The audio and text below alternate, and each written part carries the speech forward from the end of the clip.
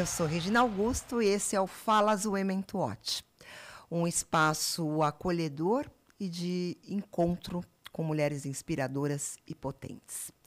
Esse podcast é uma produção do MEI Mensagem e conta com o apoio da UMAP BBDO, GNT, Itaú, NEL, TikTok, Nestlé, 13M e UOL.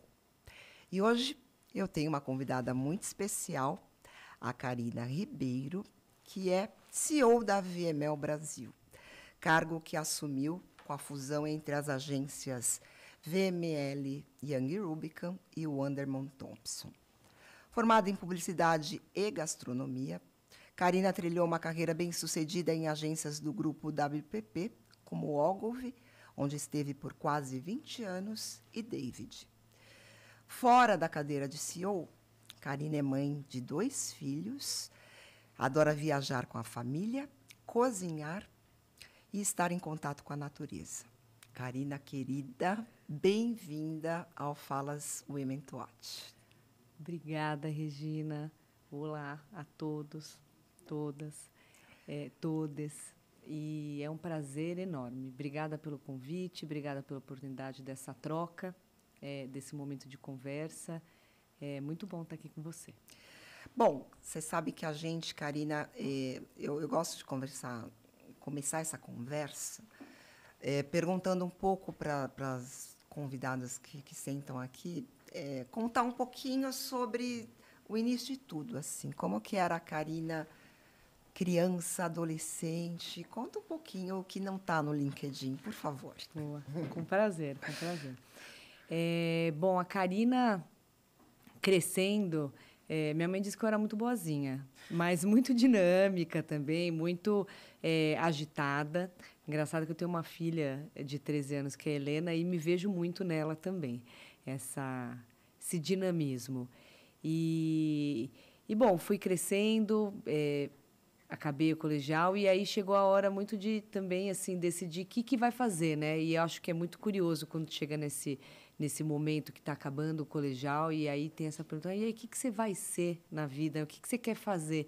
Acho que é um momento muito, muito desafiador também na vida, né, dos jovens, porque a gente ainda é jovem demais para saber o que quer fazer do resto da vida. Aliás, hoje em dia, acho que até tem mudado muito isso. A gente vê transições de carreira, e que você fala assim, não precisa ser uma coisa só a vida inteira. E, naquele momento, eu de fato, assim, eu gostava, tinha coisas assim de comunicação, sempre fui uma pessoa que muito de pessoas, de conversar, de me alimentar das pessoas, no sentido, isso sempre me inspirou a conversar, a papear. E fui ver assim, não, como gosto de comunicação, e sempre gostei muito de cozinhar mesmo, é verdade, sempre adorava ver programas de culinária na TV e ficar reproduzindo os pratos. E aí, eu lembro que na altura assim, tinha, né, o curso de comunicação social, que eu prestei, sou de São Paulo, sou nascida e criada em São Paulo, fiz a SPM, prestei a SPM, passei. E estava abrindo, foi o primeiro curso de gastronomia que teve no Brasil, que era o curso da Embi Morumbi, de gastronomia. E era novo, e eu vi, falei, pai, o que você acha? Ele, não, vai, presta também, e passei nas 2.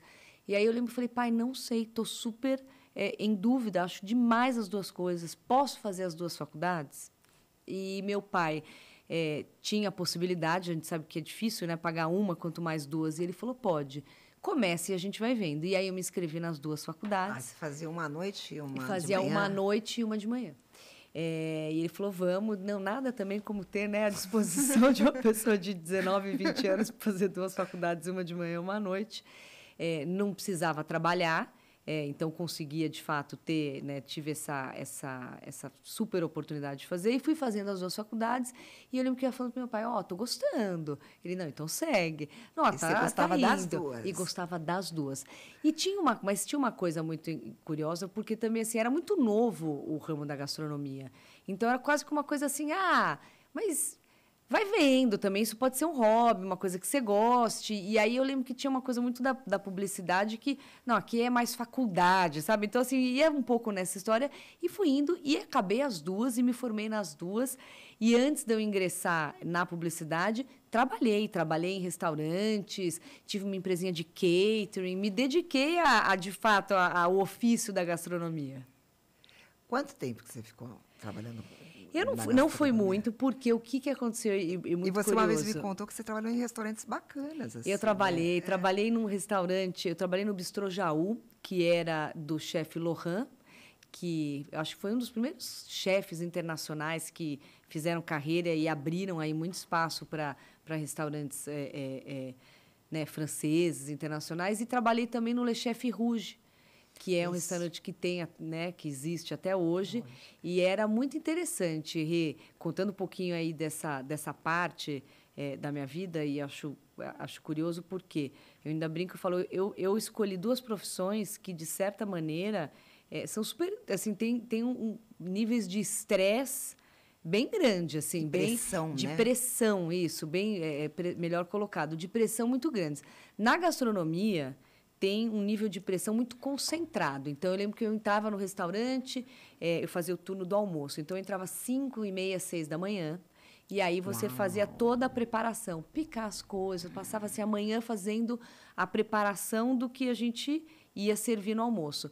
E aí, a hora que vai chegando perto da hora do almoço, a hora que começa a chegar meio-dia, abre o restaurante, aí você tem um período de pressão concentrada em 2 horas, que a nossa profissão, né, o nosso mercado, na verdade, ele tem essa pressão diluída um pouco maior dentre os dias da semana e durante o dia. Mas na gastronomia você tem aquele momento muito concentrado num ambiente pequeno, que é a cozinha, num ambiente quente, num ambiente, de certa forma, hostil, porque você está lidando com fogo, com chapa, com faca. E isso faz 20 anos.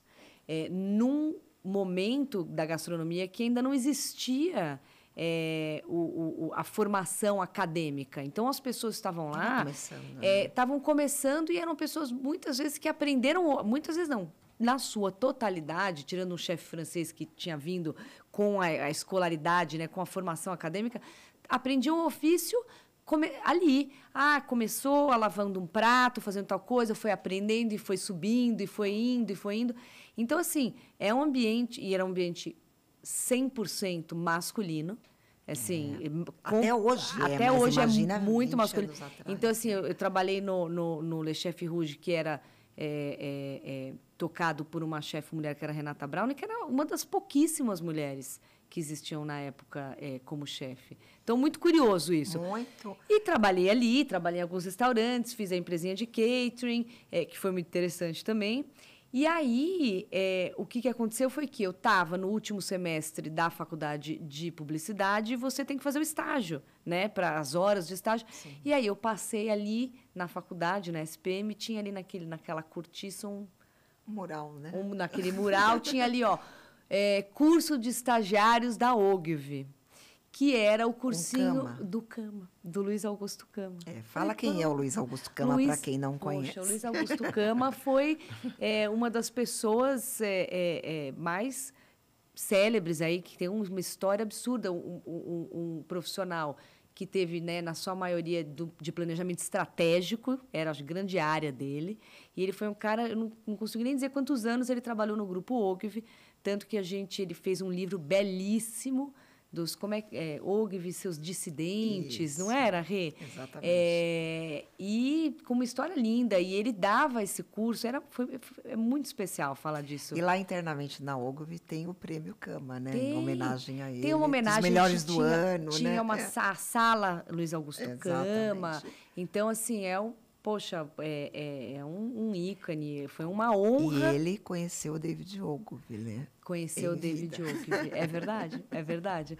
E aí ele fazia esse cursinho, então tinha a seleção dos estagiários da Ogilvy, era isso, você se alistava ali e tinha uma série de entrevistas, e ele era demais, era incrível, e era um programa interessante, porque o que acontecia era assim, todos os heads das áreas desciam, tinham todos os estagiários, e eles se apresentavam. Então, eu lembro que a Nancy Bonani, que era a nossa art buyer lá na Ogilvy, eu lembro que ela descia e falava assim, olha, eu sou art buyer, deixa eu te falar o que é art buyer, o que eu faço aqui. Ela explicava a área. Aí descia a pessoa de atendimento e falava, olha, eu sou do atendimento... Foi o Musa que desceu naquele meu cursinho e falava como é que era. E aí todo mundo se apresentava e depois o estagiário podia escolher. Então, tinha o cursinho, eles davam briefings, a gente tinha que apresentar uma campanha e depois... E aí era a hora dos líderes verem os estagiários. Então, assim, quem que tinha ali para você escolher para a sua área. E aí você depois escolhia, eu quero atendimento e depois tal coisa. Você fazia uma ordem ali e aí você era escolhido. Bom, e foi assim que eu entrei no mercado de publicidade, através do cursinho do Luiz Augusto Kama, na Ogilvy, e comecei a trabalhar no atendimento. Você escolheu já essa área? Eu escolhi essa área e comecei a trabalhar no atendimento com o Luiz Fernando Musa, atendendo Unilever. E pronto, e aí o resto é história. Não, então, mas é muito interessante isso, né? Porque eu acho que tem uma similaridade, uma conexão, como você falou, assim. Vocês já escolheram atendimento, você fazer gastronomia, porque tem uma coisa de servir muito, né? Que muito. É interessante isso, muito. Né? A gente teve a oportunidade de trabalhar junto e você tem essa preocupação com os outros, é muito bacana isso. E aí a sua relação com o Musa é muito importante também na sua trajetória, né? E você já escolheu o atendimento e já começou comecei a trabalhar, né? com o Musa. Foram 18 anos trabalhando no Grupo Ogilvy. E 18 anos trabalhando com o Musa. A gente brinca que eu falo para ele, olha, eu tô junto com você há mais tempo na vida do que eu tô casada com meu marido, né? Então era sempre, então sim, foi uma pessoa e ainda muito importante na minha vida, na minha trajetória profissional, assim como outras pessoas dentro do Grupo Ogilvy, que faz parte da PP, que foram grandes mentores, e como o Sérgio Amado, que foi pessoa importantíssima na minha vida, que foram grandes mentores e grandes impulsionadores da minha carreira. E como que foi o processo de você ir para a David? Que teve um momento nessa trajetória que você vai para a David, né? Trabalhei muitos anos na Ogilvy, e aí eu, por motivos pessoais, saí do Brasil, fui morar em Portugal. Meu marido foi transferido, na época ele trabalhava numa multinacional americana, e foi convidado, eu estava recém-casada, falou, vamos, não tínhamos filhos. Foi uma oportunidade, de fato, foi muito... deu certo. Eu falei, olha, já estou aqui, já estava, acho que, 10 anos na Ogilvy, acabei aceitando e fui para lá. Fiquei 2 anos em Portugal, fiquei grávida da Helena e voltamos porque queria ter a Helena aqui, perto da família. E foi até curioso na época, porque eu ainda pensei, falei, poxa, mas será que se ela nascer aqui eu vou ter cidadania portuguesa, né? Porque a gente acaba avaliando um pouco isso, né? As possibilidades que você quer dar para os seus filhos. Pode ter um passaporte europeu, mas não acontecia, porque em Portugal você não tem essa... quando nasce, às vezes, tem certos países que quando nasce em solo do país, você vira automaticamente. Portugal não tinha. Falei, poxa, mas então nem isso vai ter, então vamos voltar para o Brasil. E voltei para o Brasil, tive a Helena aqui. Quando ela estava com 1 ano, o Musa fundou a David, né, junto com o Anselmo e com o Gaston, e a gente sempre em contato. Ele falou, já deu, já ficou aí, já está 1 ano, já fez o seu ócio criativo, você precisa voltar a trabalhar. Eu falei, muito bem. Ele tinha acabado de abrir a David e me chamou para o projeto. Eu fui a funcionária número 1 da David. E embarquei nesse projeto, que foi realmente um projeto lindo. Para mim foi uma grande mudança, porque eu, até então, tinha sido uma executiva de atendimento de uma área, e isso acabou. Quando eu fui abrir a operação da David aqui no Brasil, foi quando eu fiz um shift de fato, para ser uma executiva que estava ali montando uma operação. E aí eu acho que abre muito tudo que você começa a fazer. Você já foi Managing Director desde o começo. E aí... e foi uma experiência incrível, né? Você começar do zero uma operação, você montar, você tem criação de culturas, né? De times, ir atrás de negócios. Foi um desafio lindo, assim. E a David é um sucesso hoje, né? Cada vez mais expandindo. Então, de fato, foi uma super oportunidade. E aí de lá, né? Então, foi muito interessante porque não deixa de ser um grande novo negócio. Né? Uma agência que você... É um grande novo negócio. E deu muito certo. E, na época, o Sérgio Amado ainda estava na Ogvi, no grupo Ogvi como chairman, me chamou para voltar para o grupo, falou, ó, fez um grande case de um grande novo negócio, vamos aqui expandir isso e trabalhar com crescimento, com novos negócios e com geração de negócio para o grupo todo. E aí comecei a trabalhar mais diretamente com o Sérgio Amado nessa altura, onde a gente criou toda a área de novos negócios de crescimento do grupo que até então... E é engraçado, porque eu acho que é da nossa... Não tinha tanta essa estrutura de novos negócios e de growth. E a gente montou isso eu junto com o Sérgio Amado, e foi também muito... deu muito certo, foi muito bacana. Foi um período também que eu aprendi muito, e o Sérgio foi um grande... E é ainda uma grande figura, um grande mentor para mim. E aí, Carina, esse processo todo, né, que você... Pelo menos era o que o mercado esperava, que você seria possivelmente uma sucessora do Moser, né? Até que você recebe essa grande oportunidade / desafio. Exato. De presidir a VML ali na virada do ano passado para esse. Como que foi? Você tem algum bastidor que você pode contar desse processo para a gente? Porque eu lembro que foi uma grande e uma grata surpresa para o mercado, né? Primeiro, uma liderança feminina para uma operação muito grande, né? Uma aposta ali das lideranças globais e locais num nome que não era um nome óbvio, digamos assim, né? É verdade. Posso, e assim, foi um processo, foi uma surpresa para mim também. E, de fato, assim, eu de novo, também tenho... A WPP foi incrível comigo, a Ogvi foi incrível comigo, a VML foi incrível comigo, eu só tenho que agradecer. Eu acho que tem uma... eu tenho uma grata... É uma satisfação muito grande, Rê. Né, quando eu fui nascida e criada na publicidade dentro da WPP. E eu acho que isso tem que ser celebrado e falado. Eu comecei como estagiária, né, no cursinho de estagiário do Luiz Augusto Kama, e hoje eu sou CEO da maior operação do grupo. Eu acho isso muito bacana. Eu acho que isso, assim, isso é empoderador para mim, para as pessoas que estão começando, que, poxa, dá certo, sabe? A história da prata da casa, mas, assim, de um jeito muito legal, muito bacana. É isso, eu comecei como estagiária e fiz uma trajetória e investiram em mim, e aprendi, e cresci. E, às vezes, e também tudo tem os seus prós e contras. Você crescer dentro de um mesmo lugar não é fácil também, né? Às vezes demora mais.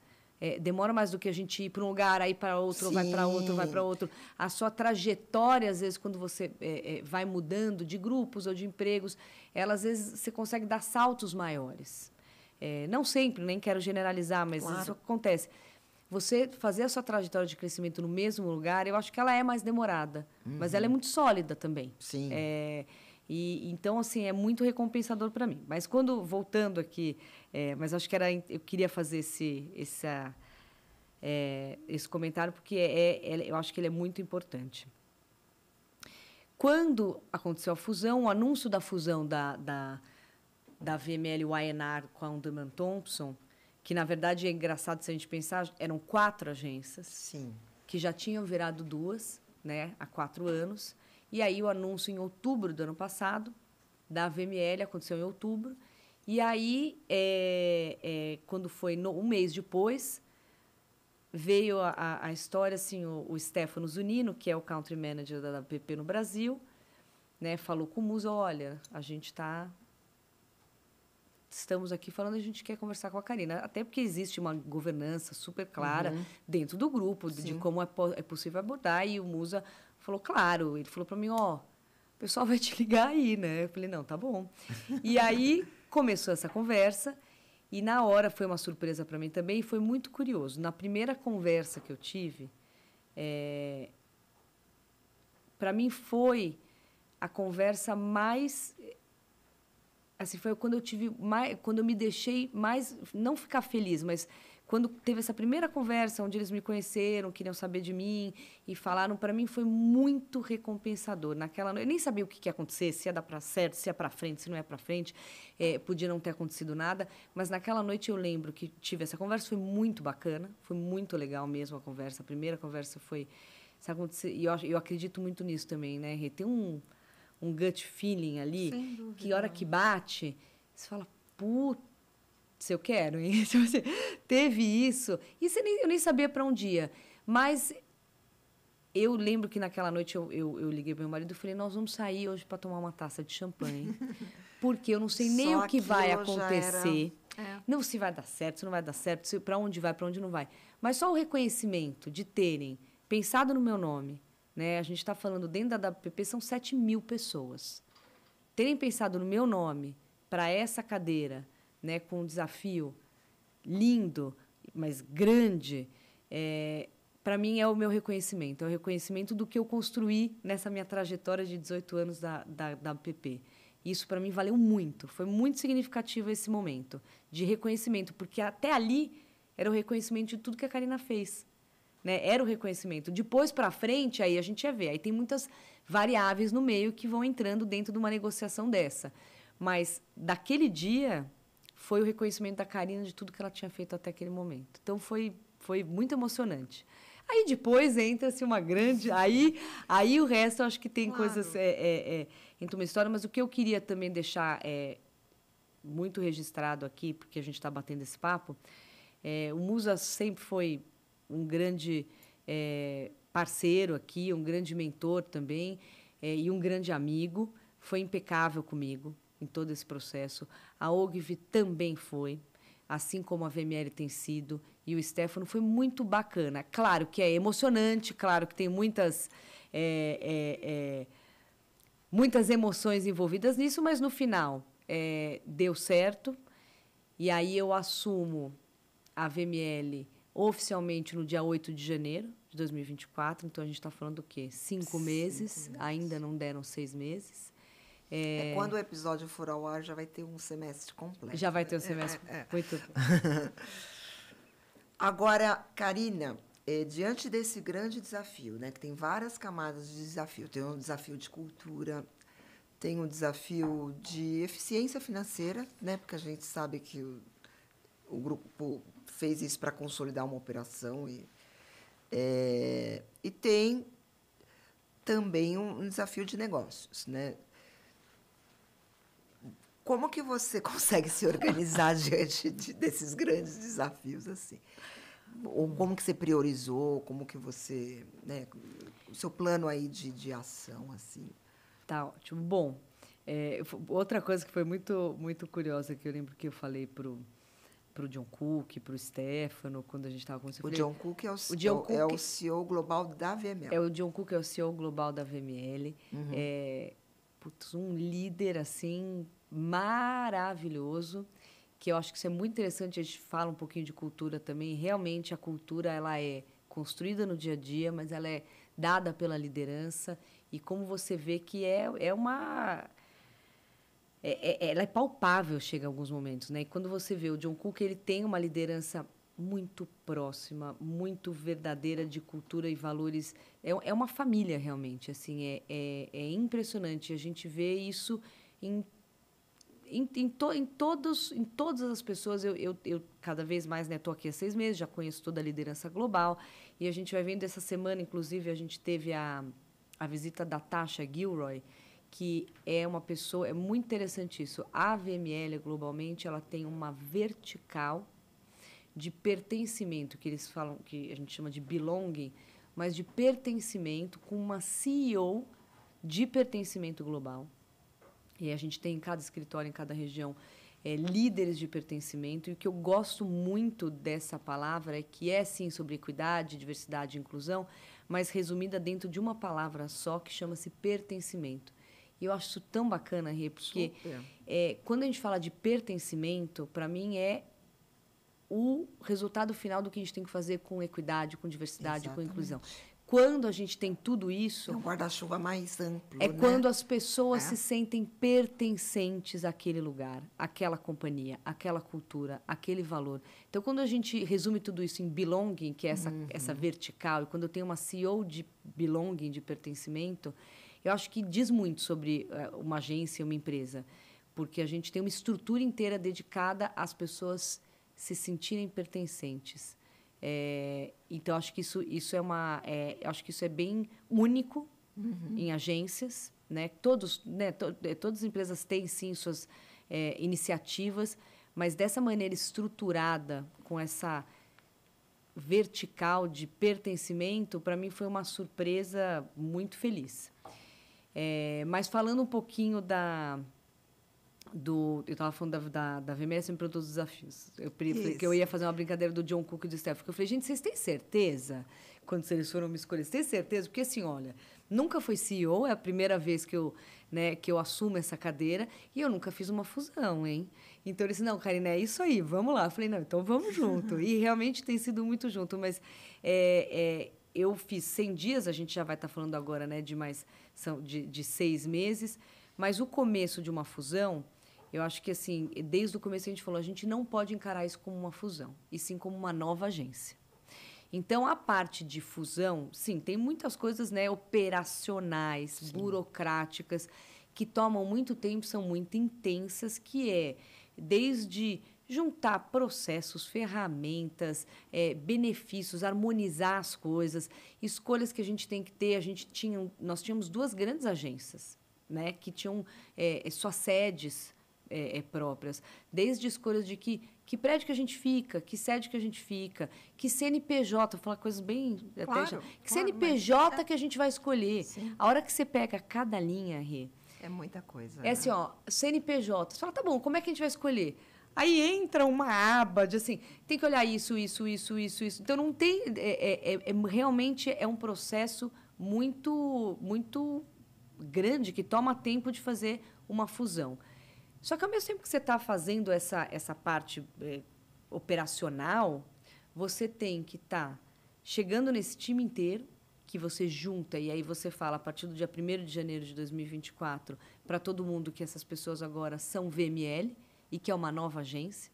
E aí tem uma coisa assim, então tá, eu sou VML, o que é ser VML? Então, tem toda uma parte importantíssima e vital sobre o que a gente sobre o nosso posicionamento, sobre a nossa cultura, o que a gente espera dos nossos colaboradores, o que a gente provê a esses colaboradores. Então, tem toda uma parte de formação de cultura, de posicionamento, alinhado, obviamente, com o posicionamento da VML globalmente, regionalmente, mas também com o que faz sentido aqui no Brasil, porque é onde a gente atua, é onde a gente tem a nossa relevância cultural.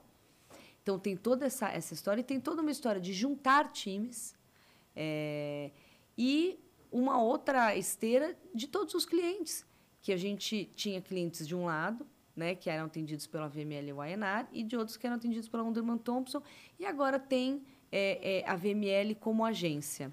E isso foi muito interessante também, porque eu fiz questão de chegar em todos os clientes muito rapidamente e ter uma conversa com eles, assim, olha...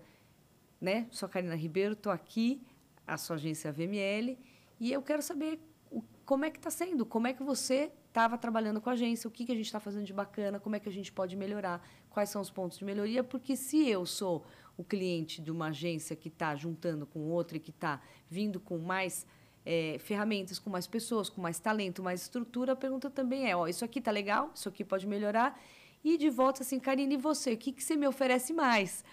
O que agora eu posso ter mais? Então, acho que essas foram as conversas que permearam, né, assim que eu cheguei em todos os clientes. E tem sido muito interessante. A gente tem feito um trabalho com os clientes muito positivo, muito produtivo, muito olhando para frente, o que a gente está fazendo, vamos fazer... Eu estava agora, antes de vir para cá na agência, falando isso com um dos nossos clientes. Encontrei, eu falei, e aí, como é que a gente está? Ela falou, Karina, está tudo rodando, nós estamos ali com o dia a dia feito, vamos ter uma conversa agora, como é que a gente faz mais? vamos falar de 2025? O que mais que a gente pode fazer? Porque o dia a dia tá entregue. Vamos pensar em inovação, vamos pensar o que a gente pode, além disso, e vamos falar de negócio? Então, as conversas do dia a dia têm sido muito bacanas, mas são muitas esteiras. São muitas esteiras, Rê. Então, é muito dinâmico. Então, a Karina lá, quando entrou na faculdade de publicidade, querendo dinamismo, conseguiu, entendeu? É isso. Agora, Karina, você se torna presidente da VML no momento em que outras mulheres também, né, a gente, né, até recentemente o Estadão fez uma matéria que eu também tive a oportunidade de participar e fazendo uma análise de um movimento de... Nos últimos 18 meses, várias mulheres se tornaram presidentes de grandes agências, né? E você é uma dessas pessoas. Eu, pessoalmente, né, que já estou nesse mercado há um pouquinho mais de tempo que você, comemoro isso, porque é incrível, é uma mudança significativa. Mas, ao mesmo tempo, tem muita cobrança também em cima das mulheres, né? Tem uma socióloga que diz que, quando uma mulher erra, ela não erra por ela erra pelo grupo, né? Ah, é mulher, olha lá. Está vendo? Então, eu imagino também que você deva sofrer esse tipo de questionamento, né? Ou dos seus pares, ou até de clientes. Como que você vê isso, assim? Porque essa também é uma pressão, né? Acho que temos que falar sobre isso. É isso. Sempre, né? Você tem toda a razão, Rê. Eu acho que tem um sentimento que você fala, pô, estamos em 2024 e a gente... E isso acontece e acho importante a gente falar ainda dessa diferença e veja, e aí né, só posso falar sempre da minha experiência e do meu ponto de vista. Eu acho que a gente ainda tem, sim, um machismo e uma diferença, e eu vou te dizer, não acho nem muitas vezes que é de cima, acho que é de baixo também. Eu acho que, veja, eu assumo uma operação que era liderada por 2 homens, né? Tinham 2 CEOs homens nas 2 operações que se uniram e que deram origem à VML, da qual assume uma liderança feminina. Mas assim, foi muito bem recebido pela sua maioria. Eu acho que teve coisas muito interessantes por ser a Karina, por ser mulher, maravilhoso, adicionado ao fato de ser a Karina que começou como estagiária dentro do grupo e chegou ali naquela operação. Então, assim, foi muito feliz isso e foi muito comemorado.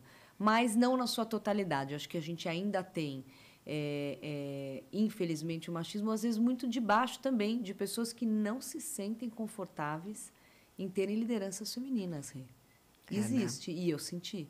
E aconteceu. E aí essas pessoas que não se sentem confortáveis em ter essa liderança feminina, enfim, como a gente estava conversando um pouquinho, a vida não erra, o universo vai se carregando e as coisas vão acontecendo.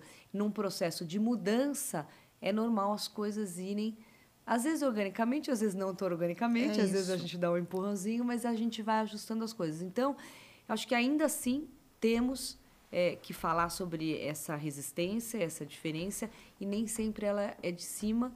No meu caso, eu percebi muitas vezes de baixo, muitas vezes não, mas percebi que aconteceu.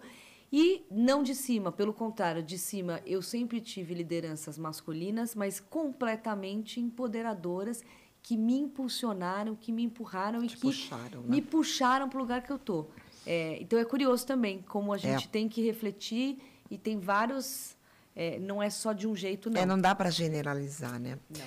Bom, a gente está se encaminhando para o fim, mas eu tenho 2 perguntas.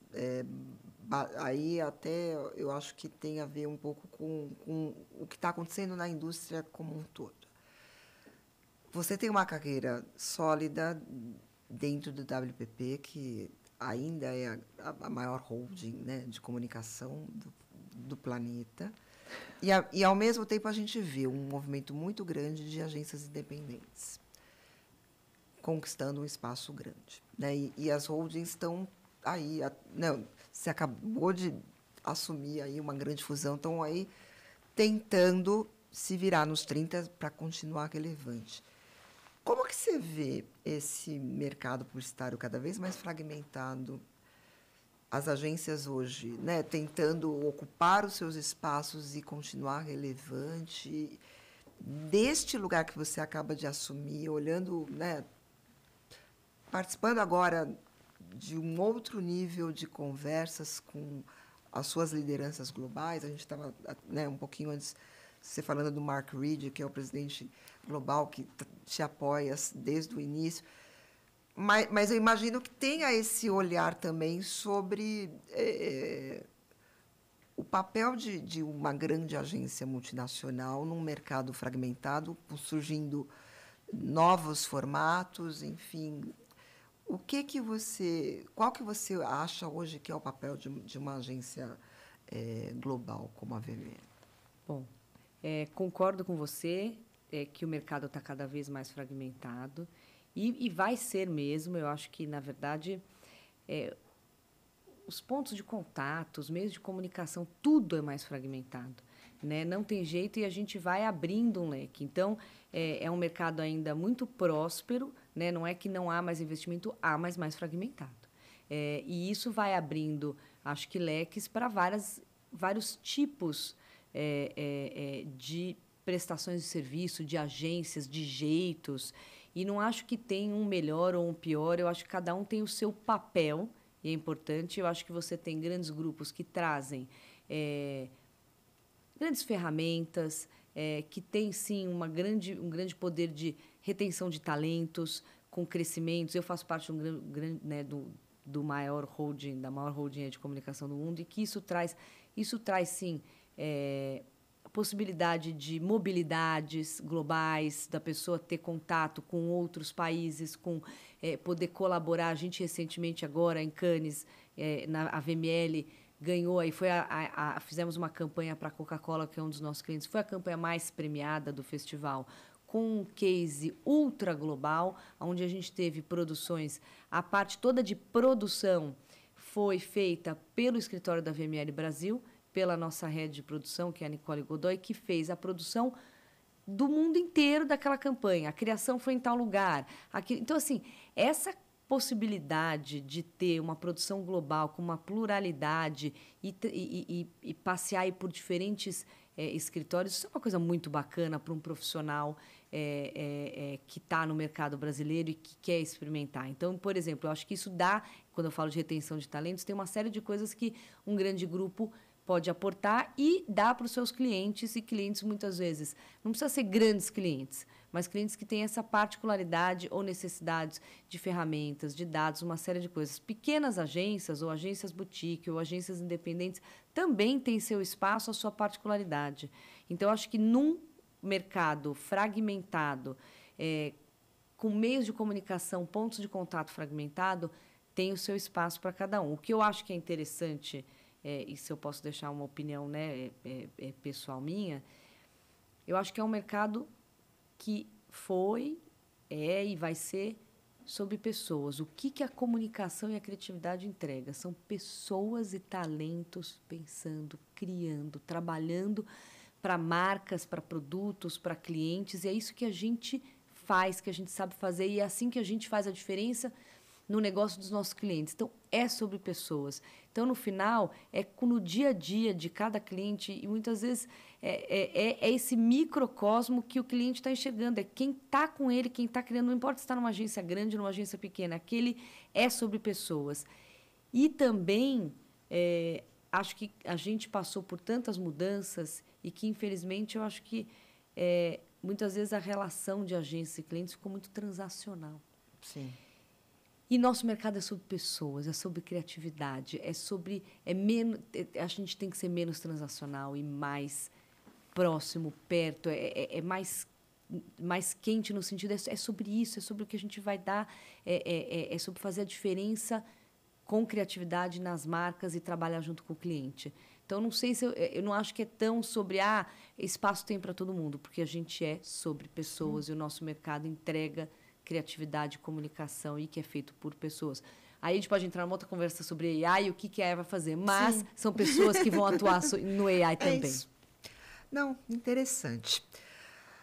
A gente está indo para o fim, mas antes do fim, a gente tem uma brincadeirinha aqui. É um jogo rápido, assim. Eu vou falar uma palavra e você me diz o que vem à mente quando eu te falar isso. Um propósito.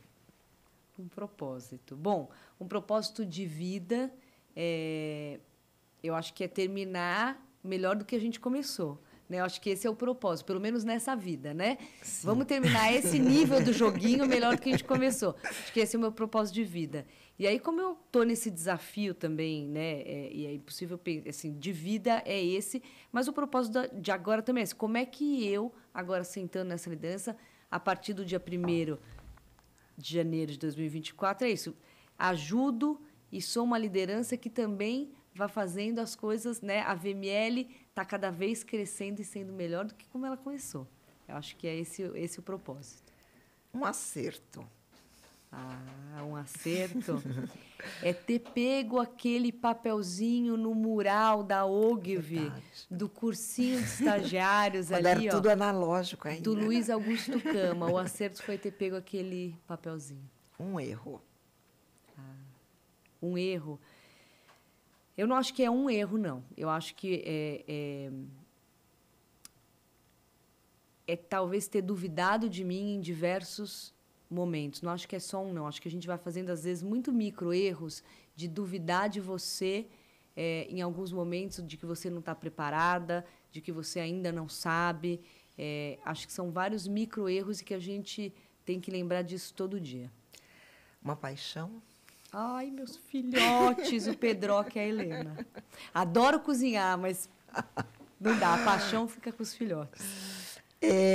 Uma série. Olha... Game of Thrones. Game of Thrones. E, para fechar, um conselho. Um conselho.